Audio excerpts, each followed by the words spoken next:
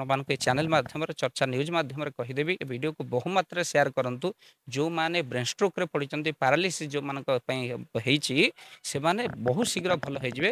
ହନୁମାନଜୀଙ୍କର ଗୋଟିଏ ସ୍ତୋତ୍ର ରହିଛି ମୋବାଇଲରେ ମଧ୍ୟ ମିଳିବ। ଆମିଷ ନ ଖାଇଲେ ଛାଡ଼ ଖାଇ ପାଳନ ହେଇପାରିବନି ଏମିତି କୌଣସି କଥା ନାହିଁ। କାହିଁକିନା ଭାଗବତରେ ବଡ଼ ସୁନ୍ଦର ଭାବରେ କୁହାଯାଇଛି ଯେ କି ଯେଉଁମାନେ ଜୀବ ହତ୍ୟା କରୁଛନ୍ତି ତାଠୁ ମହାପାପୀ ସଂସାର ଭିତରେ କେହି ନାହାନ୍ତି। ସମସ୍ତେ ଯେଉଁ ଧର୍ମର ମାସ ରହିଥାଏ ତାକୁ ପାଳନ କରିଥାନ୍ତି ଏବଂ ପାଳନ କରିସାରିବା ପରେ ଗୋଟେ ଅଭିନବ କଥା ଦେଖିବାକୁ ମିଳେ ଯେ ସମସ୍ତେ ଛାଡ଼ ଖାଇ ପାଇଁ ବେଶ ଧୁମଧାମରେ ସୋକ୍ ପାଇଁ ନିଜର ଖୁସି ପାଇଁ ଆନନ୍ଦ ପାଇଁ ସେମାନେ ଛାଡ଼ ଖାଇରେ ମାତିଥାନ୍ତି। ବିଭିନ୍ନ ଆମିଷଜାତ ଦ୍ରବ୍ୟ ଖାଇକି ସେମାନେ କାର୍ତ୍ତିକ ମାସ ସମ୍ପନ୍ନ ହେଲା ବୋଲି କୁହନ୍ତି। ତେବେ ଏ ସମ୍ପର୍କିତ ଏଇ କାର୍ତ୍ତିକ ମାସ ସମାପନ ପରେ ପ୍ରକୃତରେ ଛାଡ଼ ଖାଇର କେତେ ଆବଶ୍ୟକତା ରହିଛି ତାକୁ ନେଇ ଆଲୋଚନା କରିବା। ଆମ ସହିତ ଅଛନ୍ତି ଜ୍ୟୋତିର୍ବିଦ ଦିବାକର ସାର୍। ଆମେ ତାଙ୍କ ସହିତ ଆଲୋଚନା କରିବା। ପ୍ରଥମେ ପ୍ରଣାମ କରୁଛି ଏବଂ ଚର୍ଚ୍ଚାକୁ ଆପଣଙ୍କୁ ସ୍ୱାଗତ କରୁଛି। ଜୟ ଜଗନ୍ନାଥ। ଯେଉଁ ପ୍ରଶ୍ନ ଆପଣଙ୍କ ମନ ଭିତରେ ସମସ୍ତ ଦର୍ଶକ ବନ୍ଧୁମାନଙ୍କ ଭିତରେ ଅଛି ଯେ ଛାଡ଼ ଖାଇ ଶବ୍ଦର ଅର୍ଥ କ'ଣ? ଯେ ଛାଡ଼ ଖାଇ କେବଳ ଆମିଷ ଦ୍ରବ୍ୟରେ ଆମେମାନେ ଛାଡ଼ ଖାଇ ପାଳନ କରିବା ତା ନୁହେଁ। ଛାଡ଼ ଖାଇର ପ୍ରକୃତ ଅର୍ଥ ପଦ୍ମପୁରାଣ ଅନ୍ତର୍ଗତ କାର୍ତ୍ତିକ ମାହାତ୍ମ୍ୟରେ ସ୍ପଷ୍ଟ ଭାବରେ ଲେଖା ହେଇଛି। ଯେମିତି ହବିଷ୍ୟାଳୀ ମାନେ ଗୋଟିଏ ବେଳା ଭୋଜନ କରନ୍ତି ତା ସହିତ ମଧ୍ୟ କିଛି ଖାଦ୍ୟକୁ ଆମେ କାର୍ତ୍ତିକ ମାସରେ ଛାଡ଼ିଥାଉ।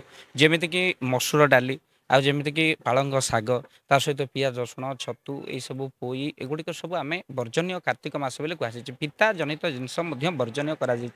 ତେଣୁ ଏହି ମାସରେ ଆମେ ଛାଡ଼ିଥିବା ଖାଦ୍ୟକୁ କାର୍ତ୍ତିକ ମାସ ଯେଉଁ ହବିଷ୍ୟାଳୀ ମାନେ ଯେଉଁ ବ୍ରତ କରନ୍ତି ତାହା କାର୍ତ୍ତିକ ମାସ ସରିଲା ପରେ ଯେମିତି ଆପଣ ଗୋଟିଏ ବେଳା ଖାଉଥିଲେ ଏବେ ଠିକ୍ ଯେମିତି ଖାଇବା କଥା ତିନି ବେଳା ଆପଣ ଭୋଜନ କରିପାରିବେ। ଯେମିତି ଯେଉଁ ଖାଦ୍ୟ ଗୁଡ଼ାକ ଆପଣ ଖାଉନଥିଲେ ସେମିତି ଖାଇପାରିବେ। ତା ବୋଲି ଆପଣ ଆମିଷ ଦ୍ରବ୍ୟ ଖାଇବେ ତାହା ନୁହେଁ। କାହିଁକିନା ଛାଡ଼ ଖାଇରେ ଯେଉଁ ଜିନିଷ ଆପଣମାନେ ହବିଷ୍ୟାଳୀ ମାନଙ୍କ ପାଇଁ ଛାଡ଼ କରାଯାଇଥିଲା ଛାଡ଼ିଥିଲେ ସେମାନେ ତାହା ପୁଣି ପୁନର୍ବାର ସେମାନେ ବର୍ଷର ମାସର ବ୍ରତ ସରିଗଲା। ତେଣୁ ବ୍ରତକୁ ଉଦ୍ଯାପନ ପାଇଁକି ସେମାନେ ପୁଣି ଥରେ ସେ ଖାଦ୍ୟକୁ ଗ୍ରହଣ କରିବେ। ତା ବୋଲି ନୁହେଁ ଯେ ଆମେ ମଦ ମାଂସ ଆମିଷରେ ବୁଡ଼ି ଛାଡ଼ ଖାଇ ପାଳନ କରିବା। ଆମିଷ ନ ଖାଇଲେ ଛାଡ଼ ଖାଇ ପାଳନ ହେଇପାରିବନି ଏମିତି କୌଣସି କଥା ନାହିଁ। କାହିଁକିନା ଭାଗବତରେ ବଡ଼ ସୁନ୍ଦର ଭାବରେ କୁହାଯାଇଛି ଯେ କି ଯେଉଁମାନେ ଜୀବ ହତ୍ୟା କରୁଛନ୍ତି ତାଠୁ ମହାପାପୀ ସଂସାର ଭିତରେ କେହି ନାହାନ୍ତି। କାହିଁକିନା ଭାଗବତ କହନ୍ତି ଯେ ଜୀବରେ ଯାହାର ଦୟା ନାହିଁ ଉଦ୍ଧବ ଚାଣ୍ଡାଳ ସେ। ଆମେ କୌଣସି ମନକୁ ଏ କଥା କହୁନୁ ବରଂ ଶାସ୍ତ୍ର କଥା ହିଁ କହୁଛୁ। ଭାଗବତ ଯେଉଁମାନେ ମାନିବେ ସେମାନେ ମାନିପାରିବେ, ଯେଉଁମାନେ ନ ମାନିପାରିବେ ନ ମାନିପାରିବେ ସେଥିରେ କିଛି କଥା ନାହିଁ। କାରଣ ଖାଦ୍ୟଟା ନିଜ ରୁଚିରେ, କିନ୍ତୁ ଜୀବ ହତ୍ୟା କରି କାହାର ରକ୍ତ ମାଂସକୁ ଆମେମାନେ ଖାଇବା ଏହା କ'ଣ ମନୁଷ୍ୟ ଭୋଜନ କି? ଭାଗବତ କହେ ଯେ ମାଂସ ଭକ୍ଷଣ ସୁରାପାନ ଏ ନୁହେଁ ମନୁଷ୍ୟ ଭୋଜନ। ଯଦି ଆପଣ ଧର୍ମକୁ ମାନନ୍ତି, ଯଦି ଆପଣ ଭାଗବତକୁ ମାନନ୍ତି, ଆପଣମାନେ କେବେ ବି ଛାଡ଼ ଖାଇ ମାଂସ ଓ ମାଛ ଭକ୍ଷଣ କରି ପାଳନ ବିଲକୁଲ କରନ୍ତୁ ନାହିଁ। କାର୍ତ୍ତିକ ମାସ ଯାକ ଧର୍ମ କରିବା ଆଉ ଗୋଟିଏ ଦିନ ଛାଡ଼ ଖାଇ କରିକି ମାଂସରେ ବୁଡ଼ି ରହିବା ଏହା କୌଣସି ଧର୍ମ ନୁହେଁ। ବରଂ ମାସ ଯାକ କରିଥିବା ପୁଣ୍ୟକୁ ଆମେ ଗୋଟିଏ ଦିନ ନଷ୍ଟ କରିଦେଲୁ। ପୁଣି ମାର୍ଗଶିରର ଆରମ୍ଭ ଗୀତାରେ ବଡ଼ ସ୍ପଷ୍ଟ ଭାବରେ କୁହାଯାଇଛି ମାସ ଭିତରେ ଶ୍ରେଷ୍ଠ ମାସାନଂ ମାର୍ଗଶିର ଶେଷ ବୋଲି କୁହାଯାଇଛି। ମାର୍ଗଶିର ଆରମ୍ଭରେ ଆମେ ମାଂସ ମାଛରେ ବୁଡ଼ି ରହୁ। ତେଣୁ ବିଲକୁଲ ଏହା କରିବା କଥା ନୁହେଁ। ଯାହା ଆମ୍ଭମାନଙ୍କ ପାଇଁ ମହାପାପ ବୋଲି ଆମେ ମାନେ ବିଚାର କରୁ। ଶାସ୍ତ୍ର ମଧ୍ୟ କହିଛନ୍ତି, କୁହାଯାଏ ଯେ ପ୍ରକୃତରେ ଛୋଟ ଦେତେ ହେଁ ବହି ଖାନେ ଜିସ୍ ଥାଲି ମେ ଏକ ବାଲ ହେ କ୍यों ଖାତେ ହେ ଅଣ୍ଡେ ଜିସ୍ ଅଣ୍ଡେ ମେ ଏକ ମାଁ କା ଲାଲ ହେ। ତେଣୁ କେବେ ବି ଜୀବ ହତ୍ୟା କରି ଆପଣମାନେ ପାପ ଅର୍ଜନ କରନ୍ତୁ ନାହିଁ। ଯେଉଁମାନେ ପ୍ରେସର କୁକରରେ ମାଂସ ସିଝାନ୍ତି ସମୟ ଆସେ ସେମାନେ ପ୍ରେସର ଦେହରେ ସିଝନ୍ତି। ତେଣୁ ସେଥିପାଇଁ ଯେ ଜୀବ ମାରେ ସୁଖ ଭଳେ ସେ ତାକୁ ହିଂସେ ଅନ୍ତକାଳେ। ତେଣୁ ଭାଗବତକୁ ଯେଉଁମାନେ ମାନନ୍ତି ସେମାନେ ଆମିଷ ତ୍ୟାଗ କରନ୍ତୁ, ଜୀବ ହତ୍ୟା କରନ୍ତୁ ନାହିଁ, ଶାକାହାରୀ ଭୋଜନ କରନ୍ତୁ। ଯେଉଁ ଖାଦ୍ୟକୁ ଆପଣ ଖାଇବେ ତା ଦେହରେ କାହାର ଭୟ ନଥିବ, କାହାର ଚିତ୍କାର ନଥିବ, କାହାର ରକ୍ତ ନଥିବ, କାହାର ମାଂସ ନଥିବ, ଶୁଦ୍ଧ ଆଉ ଆନନ୍ଦ ଆତ୍ମାକୁ ଶାନ୍ତି ଦିଏ ଶାକାହାର ଭୋଜନ। ତେଣୁ ଆପଣମାନେ ସେଇ ଭୋଜନ ହିଁ କରନ୍ତୁ ଯାହା ଭଗବାନଙ୍କୁ ସମର୍ପଣ କରିପାରିବେ। ଆପଣ ଆମିଷ ଖାଇଲେ କେବେ ଠାକୁରଙ୍କୁ ଟେକି ପାରୁନଥିବେ, ସମର୍ପଣ କରିପାରୁନଥିବେ। ଯେଉଁ ଭୋଜନ ପ୍ରଭୁଙ୍କୁ ଦେଇପାରିବେ ସେଇ ଭୋଜନ ଆପଣ ଗ୍ରହଣ କରନ୍ତୁ। କିଛି ଲୋକ ବାର ଅନୁସାରେ ଖାଆନ୍ତି, କିଏ ସୋମବାର, କିଏ ମଙ୍ଗଳବାର, କିଏ ଗୁରୁବାର ଏମିତି କରନ୍ତି। ଇଏ ପ୍ରକୃତରେ ଯଥାର୍ଥ କି? ନାଇଁ ବିଲକୁଲ ମୁଁ କହିବି ଯଥାର୍ଥ ନୁହେଁ। କାହିଁକିନା ଆପଣମାନେ ବୁଧବାର ଧର ଆପଣ ଆମିଷ ଖାଇଲେ କ'ଣ ସେ ପେଟ ଭିତରେ ତାହା ହଜମ ହେଇଗଲା, ପେଟ ଭିତରେ ହିଁ ରହିଲା। କୁଆଡ଼େ ଗଲା ଆମିଷ? ପେଟ ଭିତରେ ହିଁ ରହିଲା। ତେଣୁ ମାଛକୁ ଆମେ ମାଛ ଖାଇଲେ 5 ଦିନ ଲାଗେ ପେଟ ଭିତରେ ତାହା ପଚିକି ରକ୍ତରେ ମିଶିବା ପାଇଁ। ମାଂସ ଖାଇଲେ 7 ଦିନ, ଏବେର ବିଜ୍ଞାନ କହୁଛି ଯାହା 7 ଦିନ ଲାଗେ। ତେଣୁ 7 ଦିନ ଆମ ରକ୍ତ ମାଂସରେ ମାଛ ମାଂସ ମିଳିବା ପାଇଁ ଯାଏ। ତେଣୁ ସେଥିପାଇଁ ଆମେ ଯଦି ବୁଧବାର ଆମେ ଆମିଷ ଖାଉ, ଆଉ ବିଶେଷ ଭାବରେ ଅନେକ ଲୋକ ଅଛନ୍ତି ଧରି ସେମାନେ ହାଣ୍ଡି କରେଇ ସବୁ ଚେଞ୍ଜ କରିଦେଇଛନ୍ତି। ଯେ ଯେଉଁମାନେ ଆମିଷ ଖାଉଛନ୍ତି ସେମାନେ ହାଣ୍ଡି କରେଇ ଅଲଗା କରିକି ସେମାନେ ଖାଉଛନ୍ତି, ଆମିଷ ହାଣ୍ଡି ଅଲଗା। କିନ୍ତୁ ମୁଁ ଏଇଠି ଆପଣଙ୍କୁ କହିବି ଯେଉଁ ଦାନ୍ତ ଘଷା ବ୍ରସ୍ ଆପଣ ଘଷୁଛନ୍ତି ତାକୁ କ'ଣ କେବେ ଆପଣ ଚେଞ୍ଜ କରୁଛନ୍ତି? ବୁଧବାର ଦିନ ତା ଦେହରେ ଆମିଷ ଛଡ଼େଇଲେ, ମାନେ ଗୁରୁବାର ଦିନ ବୁଧବାର ଆମିଷ ଖାଇଲେ, ଗୁରୁବାର ଦିନ ତା ଦେହରେ ଆମିଷ ଛଡ଼େଇଲେ, ପୁଣି ଶୁକ୍ରବାର ତାକୁ ସେଇ ବ୍ରସ୍କୁ ପାଟିରେ ପୁରେଇଲେ।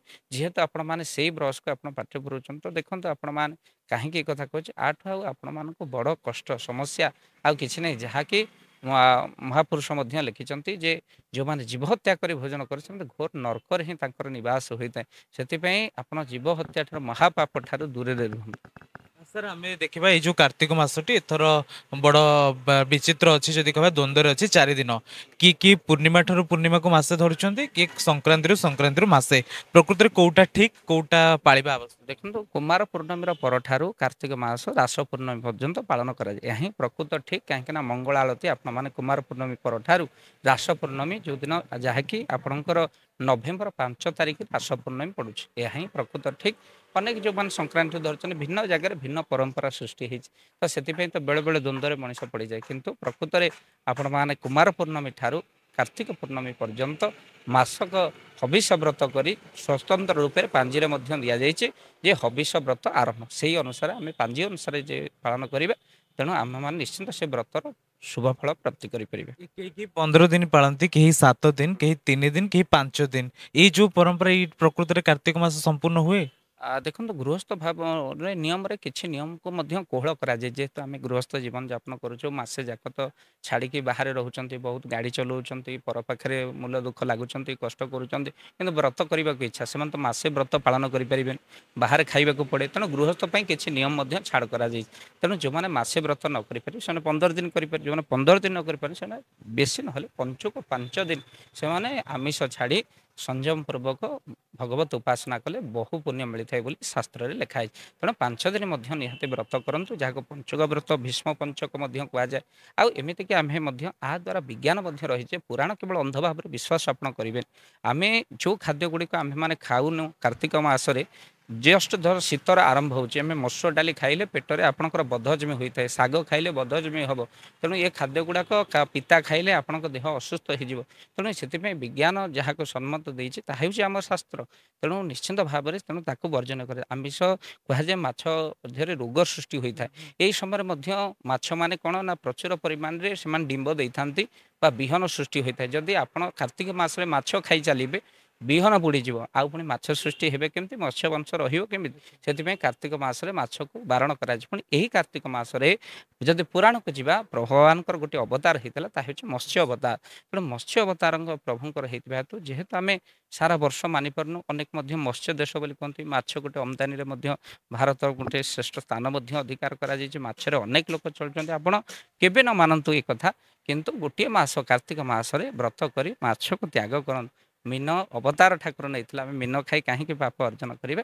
ତେଣୁ ସେଥିପାଇଁ ମଧ୍ୟ ଆପଣମାନେ ମାସେ ନ କରିପାରିଲେ 5 ଦିନ କରି ହବିଷ ବ୍ରତର ଆନନ୍ଦ ନିଅନ୍ତୁ। ଆପଣ ଯେମିତି ବିଜ୍ଞାନ କଥା ମଧ୍ୟ ଉଠାଉଥିଲେ ଯେ ବିଜ୍ଞାନ କାରଣ ଅଛି ଯୋଉଥିପାଇଁ ଆମେ ଖାଉନୁ, ଆମେ ଶାସ୍ତ୍ରକୁ ନା ବିଜ୍ଞାନକୁ ମାନୁଛେ?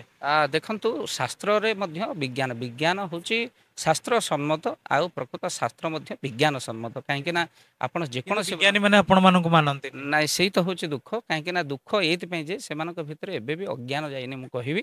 କାହିଁକି ନା ଆପଣମାନେ ମନ୍ଦିରକୁ ଯିବାକୁ ସେମାନେ ବାରଣ କରନ୍ତି, ବିଜ୍ଞାନୀ ମନ୍ଦିର ହେତୁବାଦୀ ମାନେ ବାରଣ କରନ୍ତି ଯେ ମନ୍ଦିର ଗଲେ କ'ଣ ମିଳିବ ସେଠି। ମୁଁ ଆପଣଙ୍କୁ ଏଠି ବିଜ୍ଞାନ କଥା କହିବି, ଶାସ୍ତ୍ର କଥା କହିବିନି।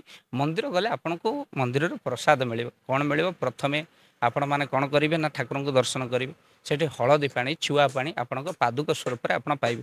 ଏମିତିକି ପ୍ରତ୍ୟେକ ଦିନ ଆପଣ ମନ୍ଦିର ଯେ ହଳଦୀ ଚୁଆ ପାଣି ଆପଣ ଯଦି ପାଉଛନ୍ତି, ଆପଣଙ୍କର ଅଲସର ଦୂର ହୋଇଥାଏ। ମନେ ରଖିଥାନ୍ତୁ, ଅଲସର ଦୂର। ବେଲପତ୍ର, ତୁଳସୀ ପତ୍ର, ଆ ଦେହରେ 100ରୁ 1000 ପ୍ରକାର ଆୟୁର୍ବେଦିକ ଗୁଣ ରହିଛି। ଆମେ କ'ଣ ବାହାରେ କେବେ ବେଲପତ୍ର ତୁଳସୀ ପତ୍ର ଖାଇପାରୁଛୁ? ମନ୍ଦିର ଗଲେ ଆମେ ବେଲପତ୍ର ତୁଳସୀ ପତ୍ର ଖାଉ, ଯାହା ରୋଗ ପ୍ରତିରୋଧକ ଶକ୍ତି ମଧ୍ୟ ବଢ଼ିଥାଏ। ଆମେ କିଛି କ୍ଷଣ ମନକୁ ଶାନ୍ତ ମିଳିବା ପାଇଁ ମନ୍ଦ ନାଶ ଏଠି ମନ୍ଦିରକୁ ଯାଉ, ମନ ଶାନ୍ତ ରହେ।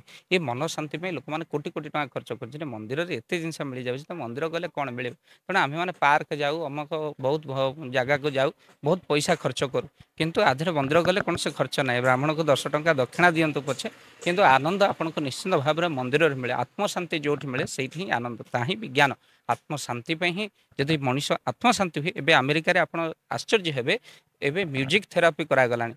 ଅର୍ଥାତ୍ ଆପଣମାନଙ୍କର ଶ୍ଲୋକ ଆଉ ମ୍ୟୁଜିକ୍ ବଂଶୀ, ଯେଉଁମାନେ କୋମାରେ ପଡ଼ିଛନ୍ତି, ଯେଉଁମାନେ ବ୍ରେନ୍ ଷ୍ଟ୍ରୋକ୍ ହେଇଛି, ସେମାନଙ୍କ ପାଖରେ ଅଧଘଣ୍ଟେ ବଂଶୀ ଆପଣ ଶୁଣାନ୍ତୁ। ଏମିତିକି ମୁଁ ଆପଣମାନଙ୍କୁ ଏ ଚ୍ୟାନେଲ୍ ମାଧ୍ୟମରେ, ଚର୍ଚ୍ଚା ନ୍ୟୁଜ୍ ମାଧ୍ୟମରେ କହିଦେବି, ଏ ଭିଡ଼ିଓକୁ ବହୁମାତ୍ରାରେ ସେୟାର କରନ୍ତୁ।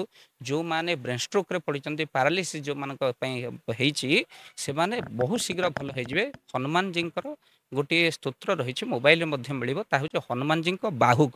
ମାତ୍ର 20 ମିନିଟ୍ର ୟୁଟ୍ୟୁବରେ ରହିଛି, ଆପଣମାନେ ସର୍ଚ୍ଚ କରିବେ ହନୁମାନ ବାହୁକ। ବ୍ରେନ୍ ଷ୍ଟ୍ରୋକ୍ ରୋଗୀକୁ ପାରାଲିସିସ୍ ରୋଗୀକୁ ହନୁମାନ ବାହୁକ ଶୁଣାନ୍ତୁ ଆପଣମାନେ ଦେଖିବେ ଅଳ୍ପ ଦିନ ଭିତରେ ନିଶ୍ଚିନ୍ତ ସେ ରିକଭରି କରିବେ ଏହା ମଧ୍ୟ ସମ୍ପୂର୍ଣ୍ଣ ସୁସ୍ଥ ହୋଇଯିବ ଆପଣ ଦେଖନ୍ତୁ ହନୁମାନ ବାହୁକ ଆଉ ଥରେ କହିଦେଉଛୁ ହନୁମାନ ବାହୁକ ଯାହା ଶୁଣିଲେ ସମ୍ପୂର୍ଣ୍ଣ ରୂପେ ସେମାନେ ସୁସ୍ଥ ହୋଇଯିବେ ତେଣୁ ଆପଣମାନେ ନିଶ୍ଚିନ୍ତ ଆମେରିକାରେ ମଧ୍ୟ ଆମ ଶାସ୍ତ୍ର ପୁରାଣ ଉପରେ ଗବେଷଣା ଏବେ ବି ଚାଲିଛି କ'ଣ ସେ ମନ୍ତ୍ର ଶକ୍ତିରେ ଅଛି ଯାହାଦ୍ୱାରା ଲୋକମାନେ ଏତେ ଶୀଘ୍ର ରିକଭରି ଯାହା ମେଡ଼ିସିନ କରିପାରେ ନାହିଁ ଯାହା ଦବା କରିପାରେ ନା ତା ଦୁଆ ହିଁ କରି ଦେଖାଏ ଏହା ହିଁ ମୋର ହିନ୍ଦୁ ଶାସ୍ତ୍ରର ସବୁଠୁ ବଡ଼ କଥା ଏବେ ଆପଣମାନଙ୍କର ସର୍ଜରୀରେ ବିଜ୍ଞାନ ଆଗେଇଛି କିନ୍ତୁ କେବେଠାରୁ ଗଣେଶଙ୍କ ମୁଣ୍ଡ ଶିବ କାଟି ତାକୁ ସର୍ଜରୀ କରିଦେଇଛନ୍ତି ଆଉ ଗଣେଶ ବଞ୍ଚିଛନ୍ତି ତେଣୁ ଏଇଭଳି ଭାବରେ ନିଶ୍ଚିନ୍ତ ବିଜ୍ଞାନର ବହୁତ କଥା କିଛି ରହିଛି ଯାହାକି ଆମ ଶାସ୍ତ୍ର ପୁରାଣରେ ମଧ୍ୟ ଦେଖିବାକୁ ମିଳେ ସାର୍ ଏଇ ଯୋଉ ଜୀବ ହତ୍ୟା କରିବା ଶେଷ ପ୍ରଶ୍ନ ଆପଣ ରହିବା ଯେ ଛାଡ ଖାଇରେ ଜୀବ ହତ୍ୟା ଏହା କେତେ ଗୋଟେ ବଡ ଅପରାଧ ଏବଂ କଣ କହିବେ ସମସ୍ତଙ୍କୁ ଯୋଉମାନେ ଧର୍ମର ମାସ ପାଳନ କରୁଛନ୍ତି।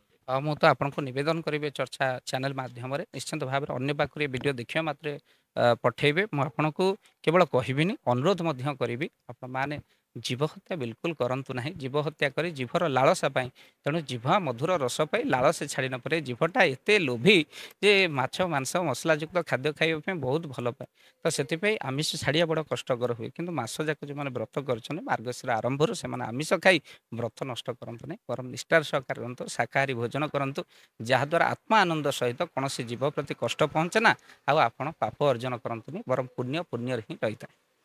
ନିଶ୍ଚିତ ଭାବରେ ଆପଣ ଶୁଣୁଥିଲେ ଜ୍ୟୋତିର୍ବିଦ ଦିବାକର ସାର୍ ଯାହା କହୁଥିଲେ ଯେ ଛାଡ ଖାଇର ପ୍ରକୃତ ଅର୍ଥ ଜୀବ ହତ୍ୟା କରି ନିଜର ପେଟ ପୂଜା ବା ଜୀବର ଯୋଉ ରହିଥାଏ ଲୋଭ ତାକୁ ସମ୍ପୂର୍ଣ୍ଣ କରିବା ନୁହେଁ ଆପଣ ମାନେ ମଧ୍ୟ ଜୀବ ହତ୍ୟାରୁ ଦୂରରେ ରୁହନ୍ତୁ ଏବଂ ଯୋଉ ଧର୍ମର ମାସ ତାକୁ ପାଳନ କରିବାକୁ ହେଲେ ସମ୍ପୂର୍ଣ୍ଣ ରୂପେ ଆପଣ ମଧ୍ୟ ସଠିକ ଖାଦ୍ୟ ଯୋଉ ନିରାମିଷ ଭୋଜନ ଅଛି ତାକୁ ରହି ପାଳନ କରନ୍ତୁ।